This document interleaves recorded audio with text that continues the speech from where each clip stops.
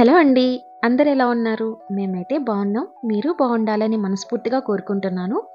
ఈ వీడియో వచ్చేటప్పటికి ఒక సండే వ్లాగ్. నేను రీసెంట్‌గా వ్లాగ్ చేద్దామని ఇలా అయితే ట్రై చేశాను. వీడియో మీకు నచ్చితే తప్పకుండా కామెంట్ సెక్షన్‌లో చెప్పండి ఎలా ఉంది అనేది. ఇది సండే కాబట్టి నాన్ వెజ్ తీసుకోవడానికి మేము ఫిష్ మార్కెట్ కాదు, పోరంకిలో ఒక చోట ఇలా అన్ని ఫిషెస్, రొయ్యలు అన్నీ పెడతారు. అక్కడ ఫిష్ తీసుకొని మామయ్య వాళ్ళకైతే ఇచ్చి పంపించేసాము. మామయ్య తీసుకెళ్లారు. అండ్ మాకొచ్చేటప్పటికి పచ్చి రొయ్యలు తీసుకున్నాము. పిల్లలు పచ్చి రొయ్యలు అడిగారు.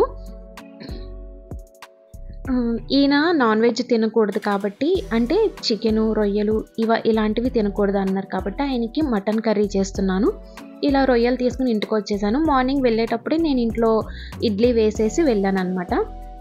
పిల్లలు తినేసి ఆడుకుంటున్నారు. ఇంక ఇంటికి వచ్చాక మేము ఇడ్లీ పెట్టుకొని తినేసాము. ఎందుకు ఇడ్లీ చూపిస్తున్నాను అంటే, ఇలా ఇడ్లీ మీద నెయ్యి వేసుకుని చట్నీ విత్ పంచదారతో తినడం మీలో ఎవరికైనా ఇష్టమేనా? నాకైతే పెళ్ళయిన తర్వాత ఇలా ఇష్టమైంది. చాలా టేస్టీగా ఉంటుంది. ఒకసారి మీరు ట్రై చేయండి. బ్రేక్ఫాస్ట్ చేసిన తర్వాత ఒక 10 మినిట్స్ అయితే బ్రేక్ తీసుకుని ఇంకా వంటలోకి స్టార్ట్ అయిపోయాను. ఒక్కసారి వంట స్టార్ట్ చేయడం అయితే ఇక పని వంటగదిలో కంప్లీట్ అయ్యేంత వరకు బయటకు వచ్చేదైతే ఉండదండి. ఇంకా వాళ్ళు టీవీ చూస్తూ ఉంటారు. మధ్య మధ్యలో అవి వింటూ వాళ్ళతో మాట్లాడుతూ ఇంకా వంటనైతే కంప్లీట్ చేసేస్తాను. రొయ్యల్ని వాళ్ళు మనకి చేసేస్తారు, కానీ మనం చాలా శుభ్రం చేసుకోవాలి అండి. నేనైతే ఫస్ట్ ఇంటికి తీసుకురాగానే ఒక గిన్నెలో వేసి ఒక 3 to 4 టైమ్స్ నార్మల్గా వాటర్తో అయితే వాష్ చేసేస్తాను. అలా వాటర్తో వాష్ చేసిన తర్వాత ఇట్లా రొయ్యలకి ఒక్కొక్కటి విడివిడిగా తీసి చూస్తే మనకి ఈజీగా అర్థమైపోతుంది. చూసారా, వీడియోలో చూపిస్తున్నట్లు రొయ్యలకి ఇంకా పైన పొట్టు ఉంటుంది. సో అలా విడివిడిగా తీసుకుంటూ ఎక్కడైనా ఇట్లా వెన్ను కూడా కనిపిస్తే నీట్గా తీసేస్తాను. అవి కనిపిస్తూ ఉంటే చూడడానికి అంతగా బాగుండదు. చిన్న రొయ్యలైనా సరే మ్యాక్సిమం తీసేస్తాను అన్నిటికీ. ఒక్కొక్క రొయ్యనైతే నీట్గా తీసి మళ్ళీ వేరే వాటర్లో వేసుకుంటూ కడిగితే చూసారా ఎంత వేస్టేజ్ అయితే వచ్చిందో. సో మనం ఇంటికి తెచ్చుకున్న తర్వాత శుభ్రంగా కడుక్కోవాలి. అఫ్కోర్స్ అందరూ కడుక్కుంటారు, బట్ నేను ఎలా చేస్తాను అనేది మాత్రమే నేను చెప్తున్నాను. ఇట్లా అన్నీ మొత్తం వేస్ట్ అంతా తీసేసిన తర్వాత ఉప్పు, పసుపు అయితే వేసి మళ్ళీ మంచిగా వాష్ చేసుకోవాలి. ఎందుకంటే ఆ నీచు వాసన అనేది రాకుండా ఉంటుంది. గట్టిగా ప్రెస్ చేసేయకుండా జస్ట్ పైన అలాగా ఒక 1 మినిట్ వరకు ఉప్పు, పసుపు వేసి బాగా రుద్దాలి వాటిని. అంటే చెయ్యిని అలా కలపాలన్నమాట రొయ్యలతో. అది అయిపోయిన తర్వాత మళ్ళీ వాటర్తో ఒక 4 టైమ్స్ మంచిగా వాష్ చేసుకుంటే సూపర్గా రొయ్యలు అయితే మిలమిలా మెరుచుకుంటూ వస్తాయన్నమాట. అట్లా వీటిని ఒక చెట్టులోకి తీసేసుకొని నేనైతే పక్కన పెట్టేసుకున్నాను. ఇట్లా చేయటం వల్ల ఏంటంటే నీసు వాసన అనేది అస్సలు రాదండి. రొయ్యలకి చాలా ఫ్రెష్గా బాగుంటాయి. ఇంకా రొయ్యల వాసన అంటే మనకి తెలిసిపోతుంది కదా. సో అందుకని ఇక వెంటనే అవి వాష్ చేసిన గిన్నెల్ని వెంటనే మళ్ళీ లిక్విడ్ వేసేసి వాష్ చేసేస్తున్నాను. లేకపోతే మళ్ళీ ఈ స్మెల్ మిగతా వాటన్నిటికీ స్ప్రెడ్ అయిపోతుంది.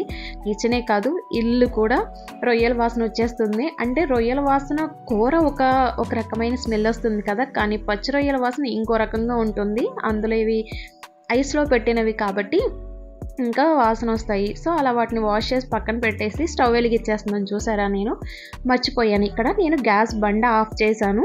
ఇంకా అట్లా పొయ్యి మీద పెట్టేశాను. అండ్ ఈ రొయ్యల్ని మనం ఉడికించుకోవాలండి. కొంచెం ఉప్పు, పసుపు వేసి బాగా వీటిని ఆవలించడం అంటారు. ఆవలించడమో ఏదో అంటారు. మొత్తానికి నేనైతే ఫుల్గా ఇందులో వచ్చే వాటర్ అంతా ఎగిరిపోయే వరకు నేను వీటిని బాగా ఉడకపెట్టేస్తాను. ఇట్లా ఉడకపెట్టేసి మనం 1 మంత్ వరకు కూడా ఫ్రిడ్జ్లో పెట్టుకొని ఎప్పుడు కావాలంటే అప్పుడు వాడుకోవచ్చు. బట్ మనకి ఇక్కడ ఎక్కువ దొరుకుతాయి కాబట్టి అంత అవసరం ఉండదు. ఈ ప్లేట్ని గమనించారా? ఇది మా అమ్మకి వాళ్ళ అత్తగారు ఇచ్చారు, అంటే మా నాయనమ్మ ఇచ్చారు.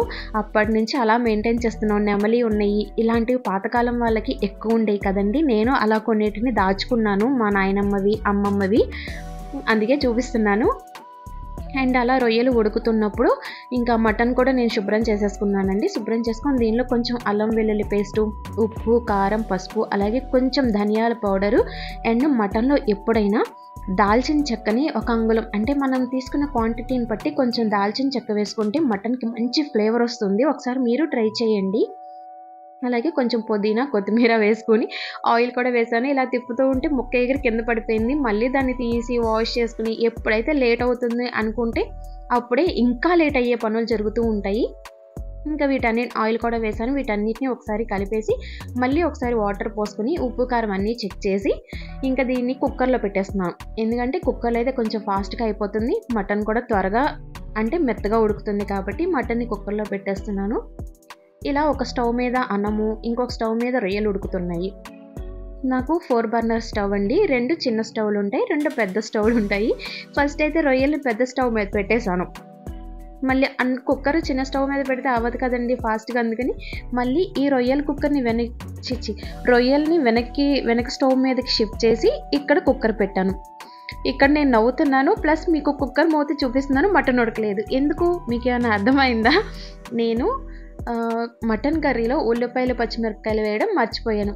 ఏదో ఆలోచిస్తూ ధ్యాసలో ఉండిపోయి మర్చిపోయి కుక్కర్ పెట్టేశాను. వెంటనే గుర్తొచ్చింది, మళ్ళీ స్టవ్ ఆఫ్ చేసేసి కుక్కర్ మూత తీసి ఆనియన్స్ పచ్చిమిరపకాయలు కట్ చేసి మళ్ళీ వేసి మళ్ళీ కుక్కర్ పెట్టేశాను.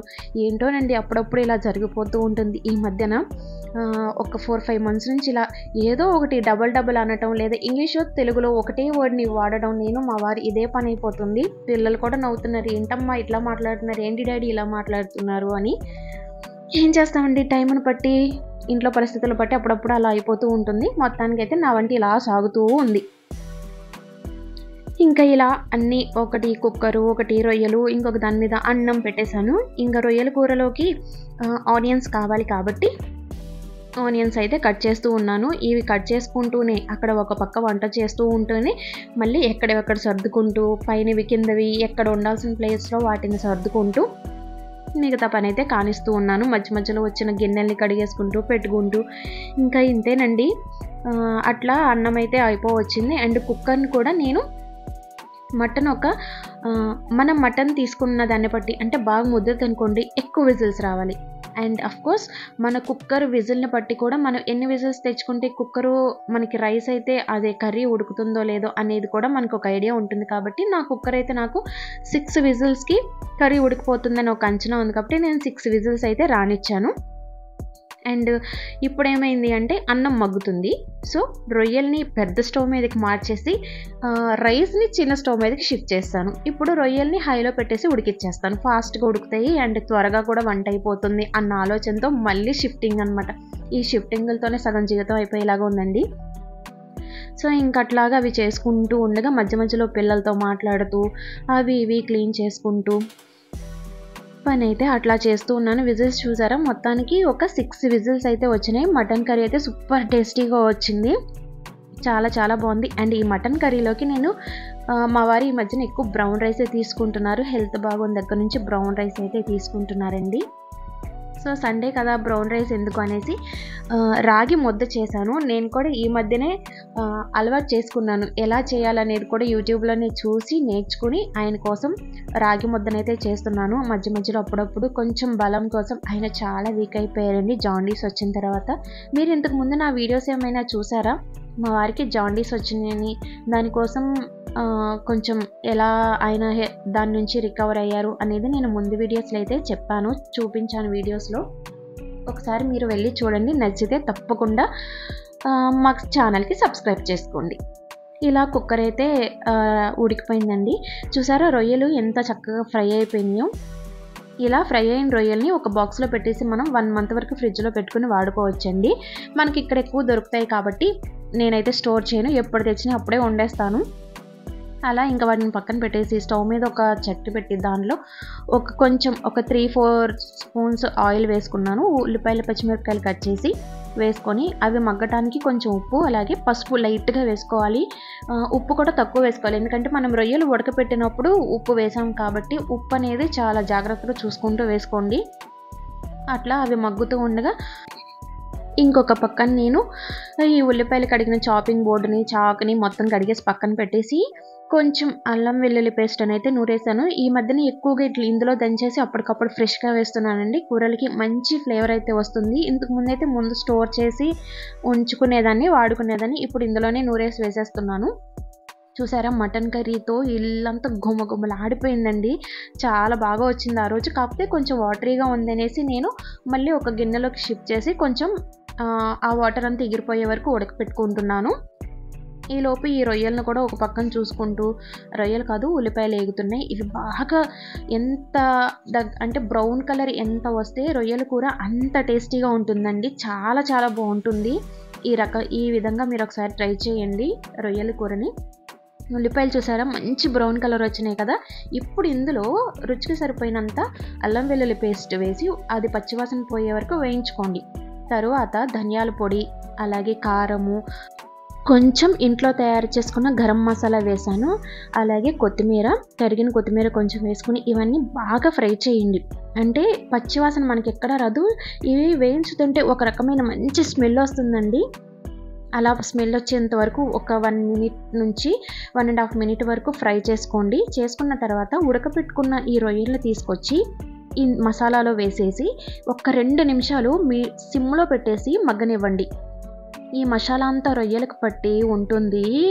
భలే టేస్టీగా ఉంటుందండి. మీకు కావాలంటే ఇదే టైంలో ఆఫ్ చేసేసుకొని వీటిని చారులోకి కానీ పప్పుచారులోకి కానీ నంచుకొని తింటే చాలా చాలా బాగుంటుంది. నేను గ్రేవీగా చేస్తున్నాను కాబట్టి ఇప్పుడు ఒక 2 నిమిషాలు అలా ఫ్రై చేసుకుంటున్నాను. అండ్ అవి ఫ్రై అవుతున్నప్పుడే ఆల్రెడీ తోమిన సామాన్లు మళ్ళీ ఎక్కడివక్కడ నీట్గా సర్దుకునేస్తున్నాను. చూసారా ఇట్లా బాగా మగ్గిన తర్వాత వాటర్ యాడ్ చేసుకోండి. మనకి ఎంత గ్రేవీ కావాలి అంటే అంతవరకు, అంటే ఒక గ్లాస్ ఒక 250 ml వాటర్ని యాడ్ చేసుకొని మూత పెట్టేసి దగ్గరకంట మగ్గనివ్వండి. ఈ మగ్గటానికి ఒక 3 to 4 మినిట్స్ అయితే పడుతుంది. మీడియం ఫ్లేమ్లో పెట్టుకోండి. చూసారా పొగలు కక్కుతుంది కదా. రొయ్యల కూర అద్భుతంగా ఉంటుందండి. ఇట్లా నూనె చూడండి ఎంత బాగా తేలుతుందో. ఇలా నూనె తేలుతున్నప్పుడు మీకు కావాలంటే ఇంకొంచెం కొత్తిమీరని పైన గార్నిష్ లాగా వేసుకొని ఇంకా స్టవ్ ఆఫ్ చేసేసుకోవచ్చు. నేను కూడా ఇంకా ఆఫ్ చేశాను. మంచిగా తిన్నారండి పిల్లలైతే. ఆ రోజు ఎంత బాగా ఎంజాయ్ చేశారో రొయ్యల కూరని. అంతసేపు వంటగదిలో కష్టపడి వండిందంతా మర్చిపోయాను. వాళ్ళు హ్యాపీగా తింటూ ఉంటే ఇంకా అలా రొయ్యల కూర అయిపోయింది, మటన్ అయిపోయింది. ఇక నేను రాగి ముద్ద చేస్తున్నాను. దీనికోసం కుక్కర్లో బ్రౌన్ రైసే చేస్తున్నాను. కుక్కర్లో బ్రౌన్ రైస్ అయితే పెట్టేశాను. అది ఒక 8 to 9 విజిల్స్ వచ్చిన తర్వాత ఇంకా కుక్కర్లో ఆవిరంతా పోయిన తర్వాత మళ్ళీ ఒకసారి స్టవ్ మీద పెట్టి ఒక గ్లాస్ వాటర్ యాడ్ చేసుకున్నాను. ఈ వాటర్ కూడా ఒక బాయిల్ వచ్చిన తర్వాత రాగి పిండిని అందులో యాడ్ చేసుకొని మనకి ఎంత క్వాంటిటీ కావాలంటే అంత అండి. ఇంతే అని నేనైతే చెప్పట్లేదు. మనకి ఎంత క్వాంటిటీ అవసరం అవుతుంది అని మనకు ఒక ఐడియా ఉంటుంది కాబట్టి ఆ రాగి పిండిని అందులో యాడ్ చేసి మూత పెట్టేసుకోండి. మధ్య మధ్యలో ఈ మూతని తీస్తూ ఒక 3 మినిట్స్ అలా ఉడకనివ్వండి రైస్ వాటర్లోనే ఈ రాగి పిండిని కూడా.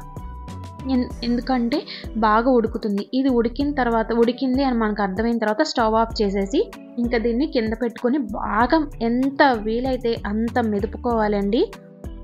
కొంచెం ఓపిక సిస్తే చాలా అవసరము రాగి ముద్ద చేయడానికి. ఇట్లా బాగా మీకు గుంట గరిట ఉంటే మంచిగా ఇట్లా స్మాష్ చేసేసుకోండి. లేదు అంటే పప్పు గుత్తితో కూడా చేసుకోవచ్చు. నాకైతే పప్పు గుత్తితో కంటే ఇలా గుంట గరిటతో స్మాష్ చేయడం బాగా ఈజీగా అనిపిస్తుంది చేస్తున్న కొద్దికి. ఇలా బాగా స్మాష్ చేసేసుకున్న తర్వాత ఒక ముద్దలాగా తయారవుతుంది. అప్పుడు ఒక గిన్నెలో ఒక చిటికెడు అంటే ఒక 1 స్పూన్ నెయ్యి వేసుకుని ఆ రాగి ముద్దని ఇట్లా రౌండ్గా తిప్పితే చక్కగా ముద్దల్లే వస్తుంది. అంతే అండి, రాగి ముద్ద అయితే రెడీ అయిపోతుంది. ఆ రోజు మా వారు చాలా హ్యాపీగా తిన్నారు. కాకపోతే అంత ఉడకపెట్టినా కూడా మటన్లో ఇంకా కొంచెం వాటర్ ఉండిపోయినాయి అని అన్నారు. కానీ హ్యాపీగా ఎంజాయ్ చేశారు. పిల్లలైతే ఫుల్గా తిన్నారు. ఆ రోజు హ్యాపీగా అయిపోయింది అనమాట లంచ్ అయితే. ఇంకా ఈ మార్నింగ్ రొయ్యలు చేపలతో పాటు ఫ్రూట్స్ కూడా తీసుకొని వచ్చామండి. పిల్లల స్కూల్కి ఓన్లీ ఫ్రూట్స్ మాత్రమే వేస్తాము స్నాక్స్కి. ఇంకా వేరే ఏమీ తీసుకురానివ్వరు. ఫ్రూట్స్ ఆర్ ఇంట్లో చేసినవి ఏవైనా స్నాక్స్ మాత్రమే పెట్టనిస్తారు. అందుకని ఇక 1 వీక్ సరిపోయిన ఫ్రూట్స్ అన్నీ తీసుకొచ్చేస్తాము ఒకే రోజు. అవి 1 వీక్ అంతా వస్తాయన్నమాట. అవి అయిపోయిన తర్వాత మళ్ళీ తెచ్చుకోవటమే. ఇట్లా అన్నీ తెచ్చుకున్న కాయలన్నిటిని నీట్గా సెగ్రిగేట్ చేసుకొని అన్నీ సర్దుకున్నాను. అండ్ ఈ మధ్యన అరటిపళ్ళు బాగా పాడైపోతున్నాయి. ఏం చేయాలి అని ఆలోచిస్తూ ఉండగా నాకు ఇట్లా ఒక ఐడియా వచ్చింది. ఒక తాడు తీసుకొని ఇట్లా వంటగదిలో ఉన్న కబోర్డ్ హ్యాండిల్కి వీటిని తగిలించేశాను. చిన్నప్పుడు కూడా మనం బయట తీగల మీద అలా వేలాడేసేవాళ్ళం. అప్పుడు కాయకి ఒకదానికొకటి బరువు పడకుండా మంచిగా ఉండే కదా. అట్లా నాకు ఐడియా వచ్చింది. వెనకాల తాడు మీద తగిలిద్దామంటే మాకు కోతులు గోల ఉందండి. కోతులు ఎక్కడొచ్చేసి పాడు చేస్తాయో అనేసి ఇంకా అలా ఎక్కువ పాడైపోతున్నాయి కాయలు. తినేలోపే మెత్తగా అయిపోతున్నాడు కాయలు. అందువల్ల ఇట్లా ఆలోచన వచ్చి కట్టాను. మీకు బాగా నచ్చిందా? నచ్చితే కామెంట్ సెక్షన్‌లో కామెంట్ చేయండి. అండ్ ఈ వీడియో ఎలా ఉంది అనేది తప్పకుండా కామెంట్ చేయండి. వీడియో మొత్తం చూసారా? చూస్తే ఎక్కడ మీకు ఏ కర్రీ బాగుంది అనేది నాకు కామెంట్ చేయండి. అలాగే మన ఛానల్‌కి సబ్స్క్రైబ్ చేసుకోండి. నచ్చితే వీడియోకి లైక్ చేయండి. అండ్ ఇంకొక వీడియోతో మళ్ళీ అయితే మీ ముందుకు వస్తాను. అంతవరకు బాయ్ బాయ్.